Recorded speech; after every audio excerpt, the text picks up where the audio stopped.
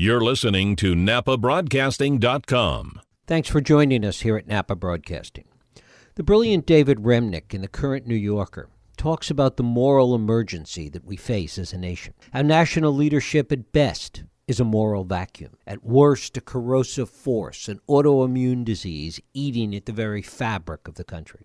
The events of late only serve to support that idea. It does no good to hold the Pollyanna-ish belief that it will all be all right, that we've been through this before, that the democratic institutions that Madison designed and the moral framework that it was built on can withstand what we face today. This is no mere discussion of guns or violence. The events, the violence of the past week against political enemies, against struggling migrants, racism, and violence against the Jews are the traditional incantations of hate, division, and authoritarianism. Our national leaders seem incapable of stemming the tide. Perhaps then it has to be left to local leaders in local communities, one by one, town by town, to make the clarion call. Among those leaders in this community is my guest today, Rabbi Niles Goldstein of Congregation Beth Shalom. It is always my pleasure to welcome Rabbi Goldstein here to the program. Thanks so much for joining us. Thanks for having me, Jeff. Well, it's great to have you here. Thank you for taking the time to come in. I want to begin by talking a little bit about the event that you organized, the community gathering, bringing people together to talk about the events in Pittsburgh and sort of the broader framework of events, and a little bit about what you took in from that event last night. Well, I should just start by saying Saturday morning when I woke up, I wasn't even aware of what had happened in Pittsburgh, but there was a text waiting for me from the new police chief, Robert Plummer, saying, is there anything I can do for you or for your congregation? And that's when I found out that 11 Jewish men and women had been killed while worshiping.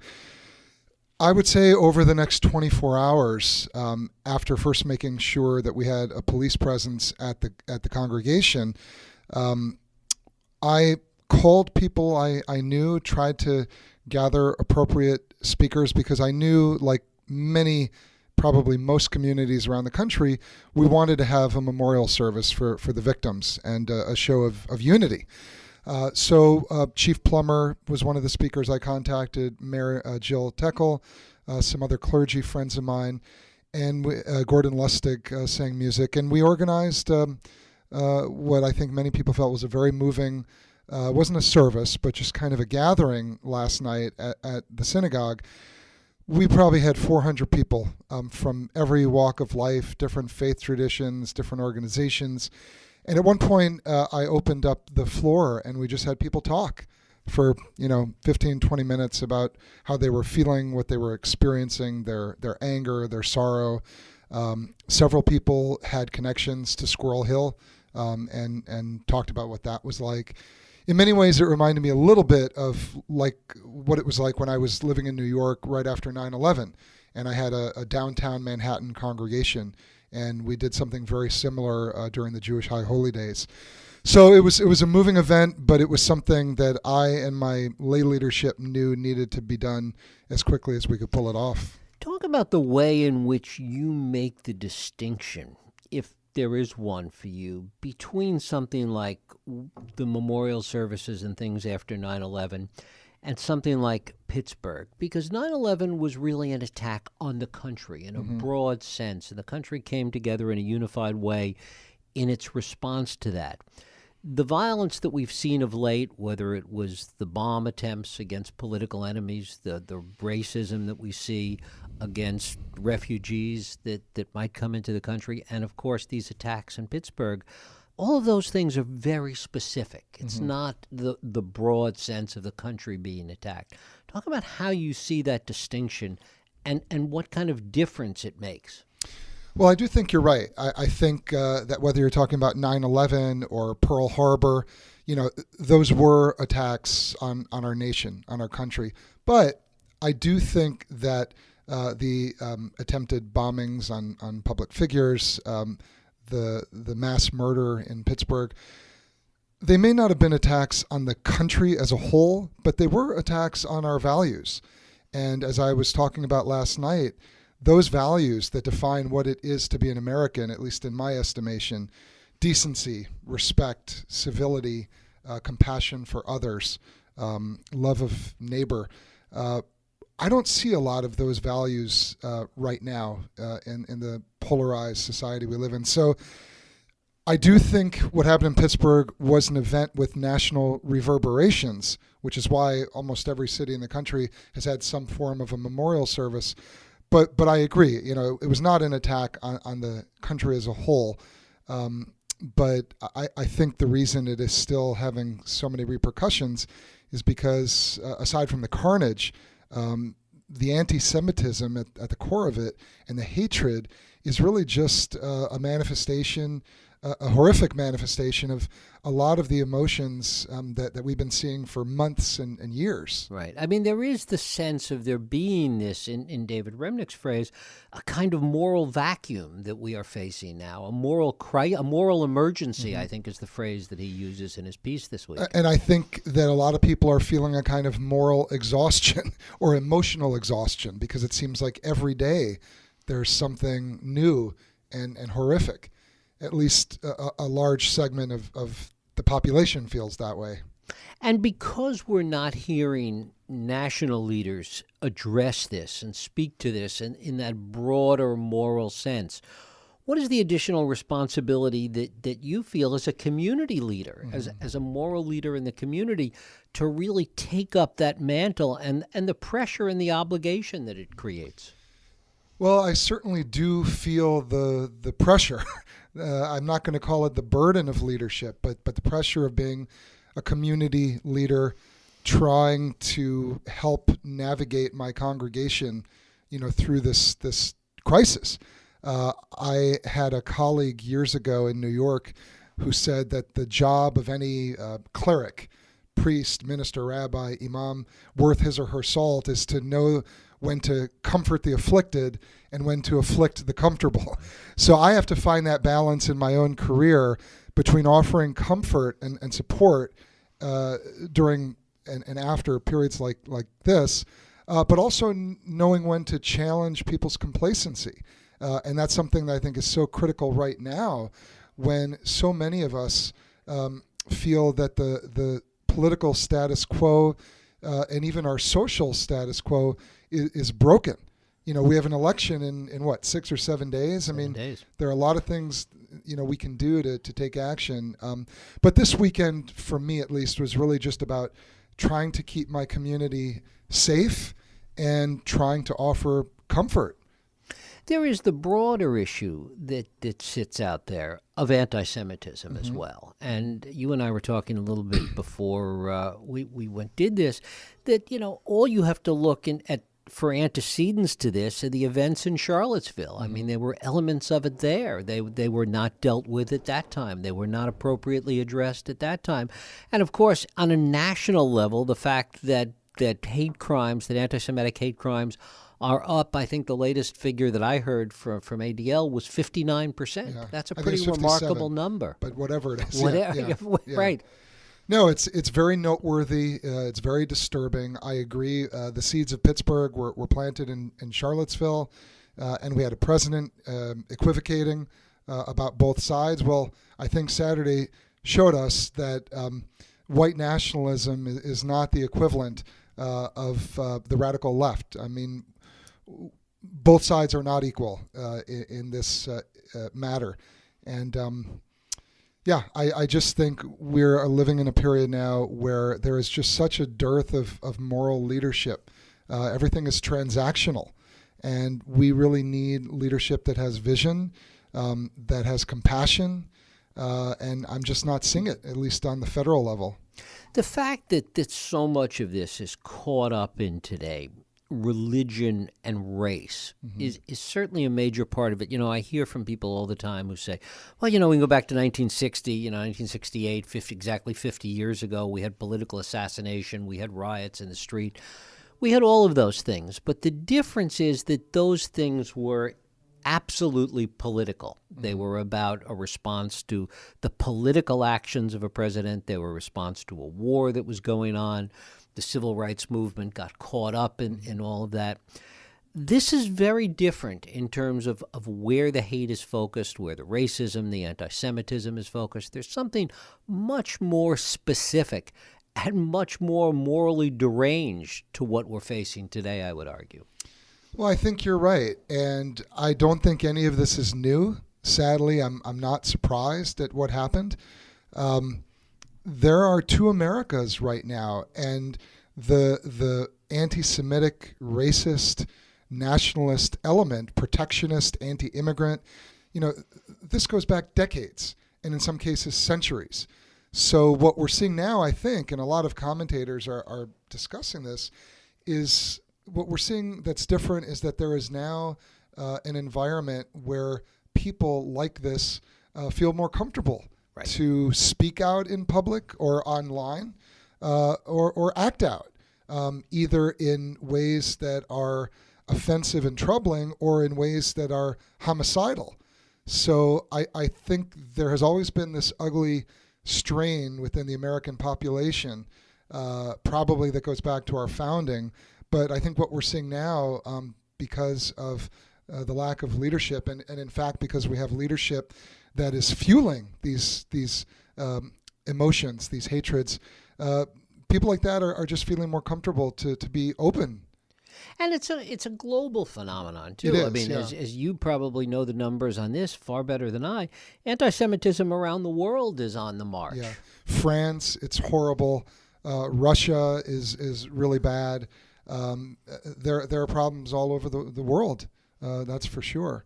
And I think the turn to the right, speaking globally, Brazil just elected some charismatic, far-right politician. The Philippines have one. Hungary has one. Poland has one. I mean, it goes on. I would argue Israel has someone of that ilk. So the world is taking a turn to the right and toward more nationalist leaders. And, to me, that's a very disturbing phenomenon. How does the nationalism, I mean, this is a tricky question, but how does the nationalism that we see in Israel, how does that impact this broader discussion, do you think? Do you think it has an impact? Well, the New York Times just had an article about how this issue, this murder in Pittsburgh, has really stirred up some of the conflicts between many in Israel and a lot of Jews, here in the diaspora. That in itself we could spend an hour on, that or more. That's a very difficult conversation, but I'm not sure that what is going on in Israel is directly related to what we're seeing here. But the minister that Israel sent to Pittsburgh to speak at one of the memorial services is a guy named Naftali Bennett, who, in my opinion, is a far-right zealot with advocating, things toward minority populations that I completely disagree with. I don't think that was the best choice to send over here. Mm-hmm. Talk about the security concerns that you have for the congregation and what you sensed among members of the congregation over the weekend. Well, there's a lot of anxiety. I've gotten a lot of emails, a lot of calls. My leadership and I are trying to figure out, what is the best policy and procedure to follow. The police cannot have a presence at our congregation every single day. Right. They can't afford it. They don't have the personnel, although we're grateful that they have for the last few days. We're going to sit down and meet with local law enforcement. We're going to review our current procedures. We're going to talk to other experts in the field. Like most synagogues around the country, we're trying to find a balance between making our people feel safe, knowing full well that we're a very soft target, right, but also maintaining an open door policy where people can feel welcome if we're having a worship service. And it's a very fine line to tread. I mean, I've gone to synagogues in Paris and Istanbul where you go through very tight security, where you have to like show going to the airport. It's like going to the airport, more or less, right? And it makes me feel safe, but it's not the most comfortable feeling in the world. And I hope we don't have to quite get to that level at synagogues in the United States. I don't know that we're there yet. But look at what happened in South Carolina a couple of years ago. 26 African American congregants were killed when they were doing Bible study. Right. So I don't have any illusions that we're going to be able to stop these kinds of incidents, but we're working hard to figure out what is the best possible solution for us with our resources. What do you think that local communities, that religious leaders in local communities can do to begin or to say, to begin to try and tamp this down, to at least begin to address it within the most local context? I think I've always been involved in interfaith work. The books I've written draw from lots of different faith traditions. I used to work for the Parliament of the World's Religions. I've been a chaplain with law enforcement for many years. So I think it's very important to work with people across the denominational spectrum from different faith traditions. And I'm an active member of the Napa Interfaith Clergy Council. So I think the more we can do in terms of community events that bring in people from different backgrounds, different religions, the better. We are planning our second annual Breaking Bread meeting at Crosswalk Church on November 17th. It's a Saturday. Last year we did it to try to bring people together after the wildfires. Now we want to do it again because we live in such a polarized, divisive time, and it's pretty hard to hate somebody after you've broken bread with them. So we're going to try to do more and more events like that. Talk a little bit about the degree to which politics and religion, the old joke, we've all heard this, growing up, you don't talk about politics and religion, and that's at the center of everything right now. Yeah. And how you feel about that as a religious leader, the degree to which politics is now so infused in all of this. Yeah. Well, that's a good question, and I don't subscribe to that idea. I think you're right. Religion and politics are at the heart of so much about our civilization, our culture. So I think it's okay to talk about them. You just need to talk about them with respect and civility. You don't necessarily talk about those things at the gym or at Trader Joe's. But I just think it's important that we have certain ground rules established that I think at one time were maybe implicit in the fabric of this society and that now really aren't. And maybe the advent of social media is part of the problem. Mm-hmm. I wrote a piece for Newsweek in 1998 called My Online Synagogue, when I ran a virtual synagogue for Microsoft and the internet was still pretty new. And, I was talking about some of the negative aspects of life online. And I think we're starting to see them more and more. It was 20 years ago. I think I was prescient, but I know I wasn't the only one who was saying, this is this amazing new thing, but it has negative aspects to it. So we're seeing more and more how religion and politics, especially politics, is becoming warped and mutated, when seen through the vacuum of social media. So that's something else that either Facebook or Twitter has to figure out, or we as the users need to figure out, because we're all living in these bubbles. I have people in my Facebook account who are Trump supporters and Republicans, and I have more who are Democrats and liberal. But I think it's important not to just unfriend someone if you don't like their political views. And I just think we need to have a higher tolerance for difference these days than we do. And social media, I think, can be really have a real corrosive effect.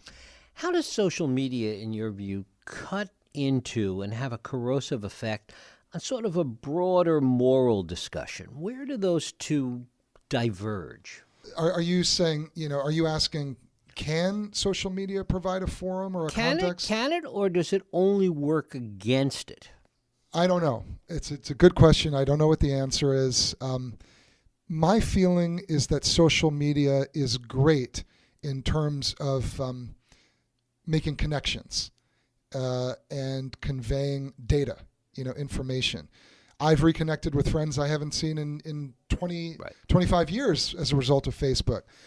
But I don't think it's a great context within which to have serious, thoughtful dialogue. Right. Yeah. I just don't know that it works in that way. Right. And I'm not sure why, but I'm just not seeing it. I'm not seeing it, at least in my use of it. And, I'm a moderate user of social media, but I don't see it as being a great forum for honest, respectful discussion. Well, part of that, some would argue, is the anonymity of it, that you're not speaking to someone, you're not confronting them directly, they're not sitting in front of you. And that's really what local communities can do. I mean, this gets back to some of the work that you were talking about before, some of the things that you're trying to do, that if you put people in the same room together or they break bread together, as you say, it's harder to be disagreeable, even if you disagree, than just anonymously or in some disembodied way on Facebook or Twitter or anywhere else. I think that's right. I think it's really easy for people to speak loudly to people they've never met or seen thousands of miles away without any kind of repercussion other than just getting unfriended.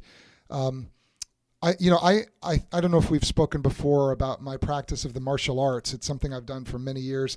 I train here in Napa, and it's a good lesson for life. When I'm training with an opponent, that opponent is really a partner, a sparring partner. So even though we're in opposition to each other, we don't hate each other. We're trying to make each other better as a result of our engagement.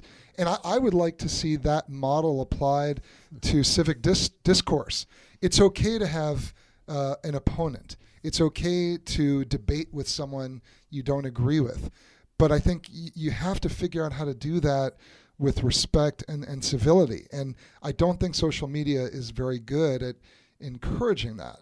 I mean, the thing we forget is that, what you're talking about is how it has worked for 225, 230 years, that it kind of worked. There have been ups and downs, and there have been issues, whether it was McCarthyism in the 50s or the Civil Rights Movement, and we could go on, or the labor movement at the turn of the century. There certainly have been upheavals along the way. And Joe, I'm sorry to interrupt, but even up until a few years ago, we still had things like that. We had all these town halls. If we had a town hall today with this political climate, there would probably be fistfights, But even a few years ago, people of different, political proclivities were talking and debating in the same room, and it wasn't filled with the kind of hate that I think we're seeing today. Talk about that. What do you see when you look out there at that? Just from the point of view of a religious leader, what do you see in terms of that hate, in terms of the hostility? Well, I see it manifested on posts online, in letters to the editor, in interviews through the media. I'm not seeing a lot of it in my daily life, in my daily interactions with people. I'm still relatively new to Napa, but I certainly see... You have a better group of people. Yeah, maybe I have a better group of people. Media. Right. So I haven't experienced a lot of it on a personal level, but I see it all around us. As I said earlier, I don't think this is new, but I just think it's rearing its head more comfortably and more overtly now because of our leadership in Washington. And while our president may not be the cause of what we saw in Charlottesville or in these mail bombs or in Pittsburgh, he's certainly a symptom, I think, of the divisiveness and polarization. Well, he's a symptom and he's fueling. Well, and he's fueling. Yeah, I think both are true. I think both are true. Yeah, and he may not be the cause. Well, when you talk about anti-Semitism, and you have a sense of the broad history of this, historically, how does that genie get back in the bottle? I don't know that it does, Jeff. I've been a rabbi long enough to know, and I've been on this earth long enough to know that, racism, anti-Semitism, misogyny, I don't know that these things are ever going to disappear, until, if you believe in the messianic age, until the end of days, until we have some kind of divine intervention. I think human nature is such that people often, not always, but often fall prey to their baser tribal instincts, hatred, fear of the other, all of the things that we're seeing today have been around since time immemorial. So, and by the way, anti-Semitism, while it became much more heinous and widespread under the Catholic Church, 1,000 years ago with the Crusades and reached its apex with the Holocaust, anti-Semitism predated Christianity. There was Hellenistic anti-Semitism. So I don't know that anti-Semitism, for whatever reason, we have scholars who spend time trying to figure that out. Yeah, I don't know that it's ever going to go away, which is why I think we need to be vigilant, which is why I'm a Zionist. And while I don't agree with the policies of the current government in Israel, I believe it's very important to have a strong Jewish nation state. So I think we just need to be vigilant and work as hard as we can to build relationships with other people and to educate people, in our case, about the Jewish faith and community. But I don't have any illusion that education is going to wipe out anti-Semitism. Do you see things getting worse before they get better right now? I don't know. I think we're on a precipice in America, and I think Pittsburgh really highlighted it. I don't know. I think either it's going to get better or it's going to get worse. I don't think it's spoken like a rabbi. Right. I don't think it's going to be incremental. My gut is that it's not going to be incremental. That we're going to either see more of these relatively quickly, or it'll get better, more dramatically. But I really don't know which way it's going to go. I'm heartened by all of these memorials that I've seen all over the country, where Jew and Gentile, believer and atheist, Democrat and Republican, where everyone are coming together. That's great. That's heartening. But I think it's too early to know yet. Yeah, I mean, it's a little bit like the gatherings that happen and all the things that happen after mass shootings sometimes, just in general. Mm-hmm. And we see this reaction to gun violence and people come together. It just never lasts very long. No, it doesn't. And, that points to, I think, a deeper problem that America has had for a very long time. And that is the issue of gun violence. We didn't talk about that last night at the memorial. But, when the president says that if the synagogue in Pittsburgh had a guy with a gun standing by the door, and some synagogues have done that, many haven't, that would have prevented this. Well, if someone shows up with an AR-15 or an AK-47 and hundreds of rounds of ammunition, I don't know that one guy with a handgun is going to stop it. I mean, with respect to Pittsburgh, there were 4 police officers that were injured, that were shot in the melee that happened. That's right. So I think until this country addresses how easy it is to procure these violent and powerful weapons of mass murder, these things are going to continue to happen. And no matter how many vigils we have, no matter how many memorials we have, after school shootings, after movie theater shootings, after synagogue shootings, they're going to happen over and over and over again. Well, stay safe. Rabbi Niles Goldstein, I thank you so much for coming in and sharing your thoughts with us. Thanks, Jeff. I'm sorry to end on sort of a dark note, but just remember, it's always darkest before it turns pitch black. That's right. Thank you. Thanks for listening to NAPAbroadcasting.com. Napa Valley Radio for the way we live now.